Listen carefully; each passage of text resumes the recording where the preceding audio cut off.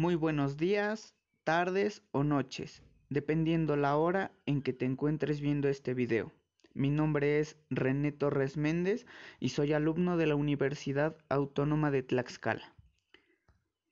El día de hoy te presento procedimientos de determinación de la obligación tributaria sustantiva.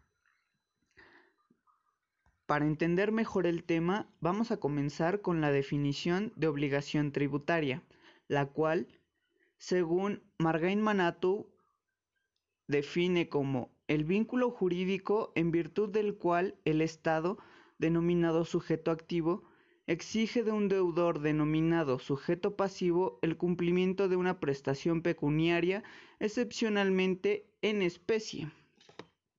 Continuaremos ahora con el fundamento de la obligación tributaria.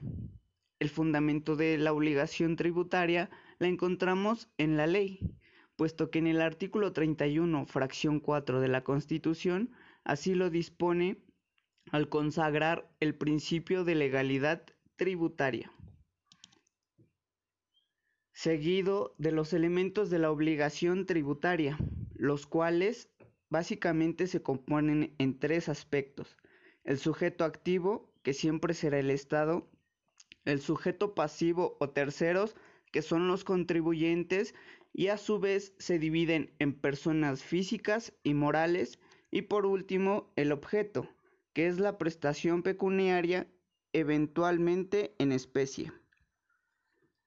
Ahora bien, continuemos con el hecho imponible, el cual Fernando Sáenz de Bojanda define como el hecho hipotéticamente previsto en la norma que genera al realizarse la obligación tributaria, así como el conjunto de circunstancias hipotéticamente previstas en la norma cuya realización provoca el nacimiento de una obligación tributaria concreta. Ahora que hemos analizado algunos aspectos básicos para la introducción del tema principal, continuaremos con lo que es la determinación de la obligación tributaria. La determinación de la obligación fiscal o tributaria consiste en la constatación de la realización del hecho imponible o existencia del hecho generador y la precisión de la deuda en cantidad líquida.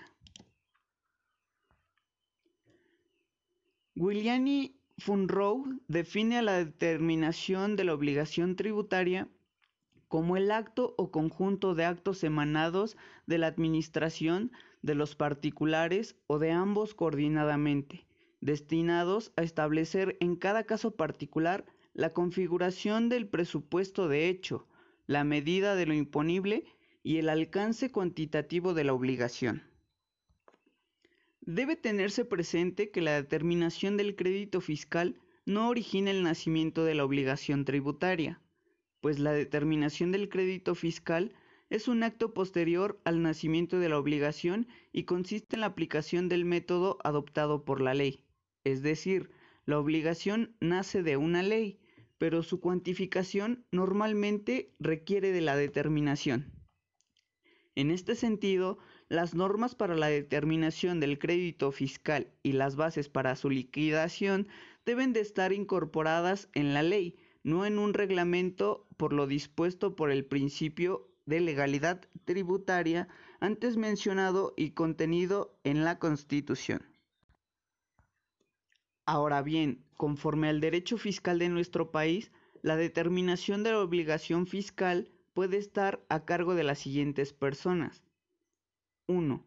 Por los sujetos pasivos principales. Esto quiere decir autodeterminación. Dichas personas están obligadas a respetar los preceptos legales que dan nacimiento a la obligación fiscal, por lo que están obligados a llevar la contabilidad, expedir documentos, hacer balances, para que en forma impresa se demuestre el hecho generador y se realicen las operaciones aritméticas que conduzcan a cuantificar el porcentaje del gravamen que se debe entregar en físico o en dinero o en especie, lo cual, en palabras de Narciso Sánchez Gómez, debe hacerse en la fecha, periodo o momento estipulado en la ley sobre la materia, para que el cumplimiento de ese deber tributario se haga en su oportunidad de manera concreta, completa y justa. Como ejemplo de lo anterior, podemos mencionar el artículo 10 de la Ley del Impuesto sobre la Renta vigente, que dispone: las personas morales deberán calcular el impuesto aplicado al resultado fiscal obteniendo la tasa del 35%, y en su último párrafo dispone que el impuesto del ejercicio se pagará mediante declaración que se presentará ante las oficinas autorizadas dentro de los 3 meses siguientes a la fecha en la que determine el ejercicio fiscal. Como podemos ver dentro de este ejemplo, se cumple lo predispuesto por Narciso Sánchez Gómez. Ahora pasamos con los responsables solidarios. Estos son terceros que actúan por receptoría sin la intervención de la autoridad fiscal. Tal es el caso previsto en el artículo 26 del Código Fiscal de la Federación, que considera como responsables solidarios a las siguientes personas: retenedores y recaudadores, personas que efectúen pagos provisionales por terceros, liquidadores y síndicos, directores, gerentes generales, administrador único, etc. Y 3. Por la autoridad fiscal. Esta determinación es operante en cuanto a la administración pública descubre que se ha omitido por error, ignorancia, imposibilidad física del causante o dolo al cumplimiento de la obligación fiscal. Esta aseveración de fundamenta sobre la base de la facultad reglamentaria que tiene el Ejecutivo. El presidente hace una delegación de facultades en los secretarios de Estado y demás servidores, facultades como la de fiscalizar y determinar contribuciones. Tal es el caso del Servicio de Administración Tributaria, que en su artículo 7 de su ley tiene facultades concedidas como recaudar los impuestos, contribuciones de mejoras, derechos, productos, aprovechamientos federales y sus accesorios de acuerdo a la legislación aplicable. Del mismo modo, determinar, liquidar y recaudar las contribuciones, aprovechamientos federales y sus accesorios cuando, conforme a los tratados internacionales de los que México sea parte, estas contribuciones deban ser ejercidas por las autoridades fiscales y aduaneras del orden federal. Y por último, vigilar y asegurar las facultades de comprobación previstas en dichas disposiciones. Entre otros artículos que sirven de fundamento para la determinación de la obligación por parte de la autoridad fiscal, destacan los siguientes: el artículo 41, 42, 48 fracción 8 y el artículo 55, todos del Código Fiscal de la Federación. Ahora bien, existen algunos métodos reconocidos por la doctrina para la determinación de la obligación tributaria, los cuales son los siguientes: el método indiciario. Este método consiste en tomar en cuenta ciertos indicios, elementos, documentos o pruebas indirectas de la actividad del contribuyente, del objeto, ingresos o acto grabado, para determinar con mayor precisión la capacidad contributiva del sujeto pasivo o pagador del gravamen, para que la base gravable y la liquidación del tributo estén apegados a derecho. Los métodos indiciarios más importantes son el basado en la capacidad abstracta de la producción de maquinaria y clase de materia prima a emplearse, el apoyado en giro el negocio y capital invertido, el de la teoría de los siguientes externos de riqueza.